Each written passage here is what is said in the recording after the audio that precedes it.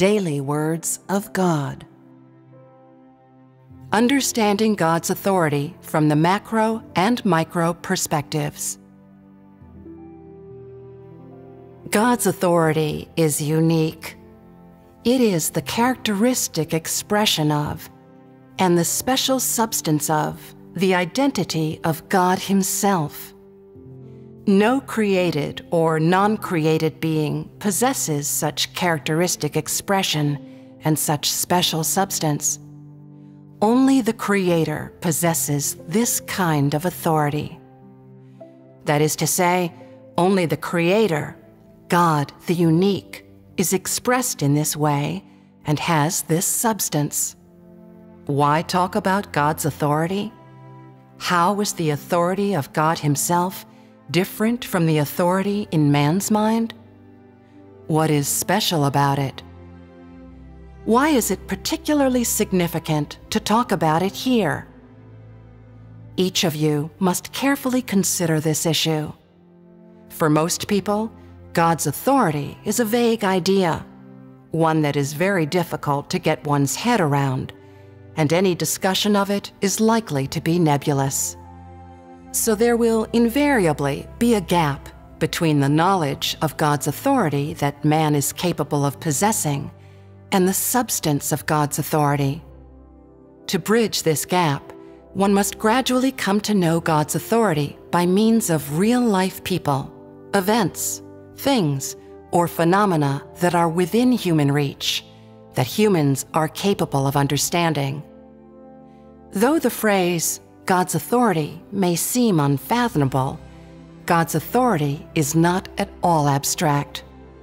He is present with man every minute of his life, leading him through every day.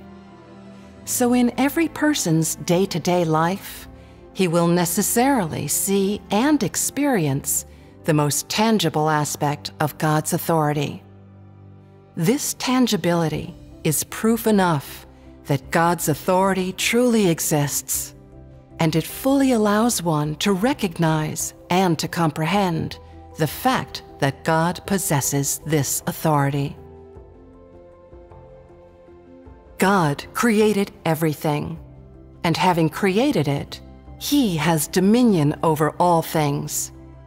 In addition to having dominion over all things, He is in control of everything. What does this mean? The idea that God is in control of everything? How can it be explained? How does it apply to real life? How can you come to know God's authority by understanding the fact that God is in control of everything?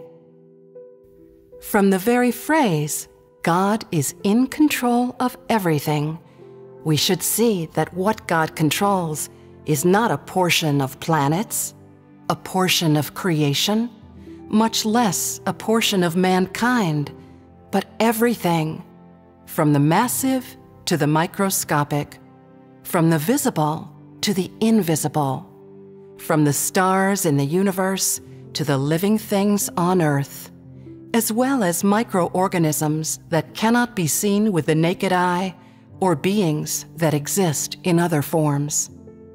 This is the precise definition of the everything that God is in control of, and is the scope over which God wields His authority, the extent of His sovereignty and rule. Before this humanity came into being, the cosmos, all the planets, all the stars in the heavens, already existed. On the macro level, these heavenly bodies have been orbiting regularly, under God's control, for their entire existence, however many years that has been. What planet goes where, at what particular time? What planet does what task, and when? What planet revolves along what orbit, and when it disappears or is replaced? All these things proceed without the slightest error. The positions of the planets and the distances between them all follow strict patterns, all of which can be described by precise data. The paths along which they travel, the speed and patterns of their orbits, the times they are in various positions can be quantified precisely and described by special laws. For eons, the planets have followed these laws, never deviating one bit. No power can change or disrupt their orbits or the patterns they follow, because the special laws that govern their motion and the precise data that describe them are predestined by the Creator's authority. They obey these laws on their own, under the Creator's sovereignty and control. On the macro level, it is not hard for man to find out some patterns, some data, as well as some strange and unexplainable laws or phenomena. Though humanity does not admit that God exists, does not accept the fact that the Creator made and has dominion over everything, and moreover does not recognize the existence of the Creator's authority, human scientists, astronomers, and physicists are finding more and more that the existence of all things in the universe and the principles and patterns that dictate their movements are all governed and controlled by a vast and invisible dark energy. This fact compels man to face up to and acknowledge that there is a mighty one in the midst of these patterns of movement, orchestrating everything. His power is extraordinary, and though no one can see his true face, he governs and controls everything at every moment. No man or force can go beyond his sovereignty. Faced with this fact, man must recognize that the laws governing the existence of all things cannot be controlled by humans, cannot be changed by anyone, and at the same time, man must admit that human beings cannot fully understand these laws. And they are not naturally occurring, but are dictated by a Lord and Master. These are all expressions of the authority of God that mankind can perceive on a macro level. On the micro level, all the mountains, rivers, lakes, seas, and land masses that man beholds on earth, all the seasons that he experiences, all the things that inhabit the earth, including plants, animals, microorganisms, and humans, are subject to God's sovereignty, are controlled by God. Under God's sovereignty and control, all the things come into being or disappear in accordance with His thoughts. Their lives are all governed by certain laws, and they grow and multiply in keeping with them. No human being or thing is above these laws. Why is this? The only answer is because of God's authority, or, to put it another way, because of God's thoughts and God's words, because God Himself does it all. That is to say, it is God's authority and God's mind that give rise to these laws. They will shift and change according to His thoughts, and these shifts and changes all occur or disappear for the sake of His plan. Take epidemics, for example. They break out without warning. No one knows their origins or the exact reasons why they happen. And whenever an epidemic reaches a certain place, those who are doomed cannot escape calamity.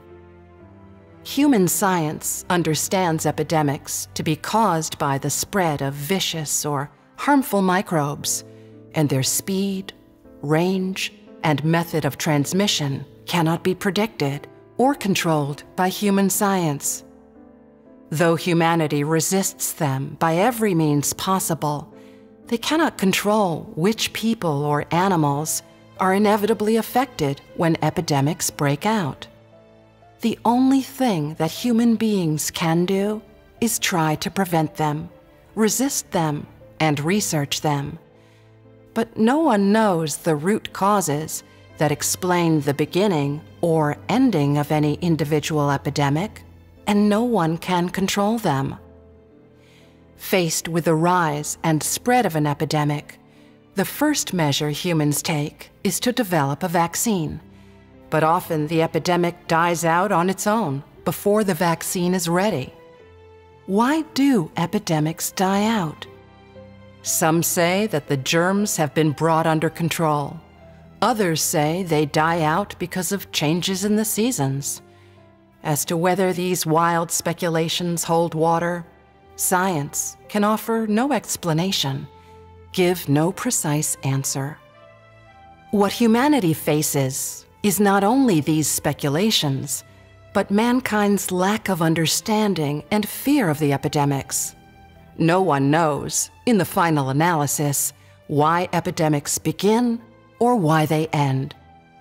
Because humanity has faith only in science, relies entirely upon it, but does not recognize the Creator's authority or accept His sovereignty, they will never have an answer.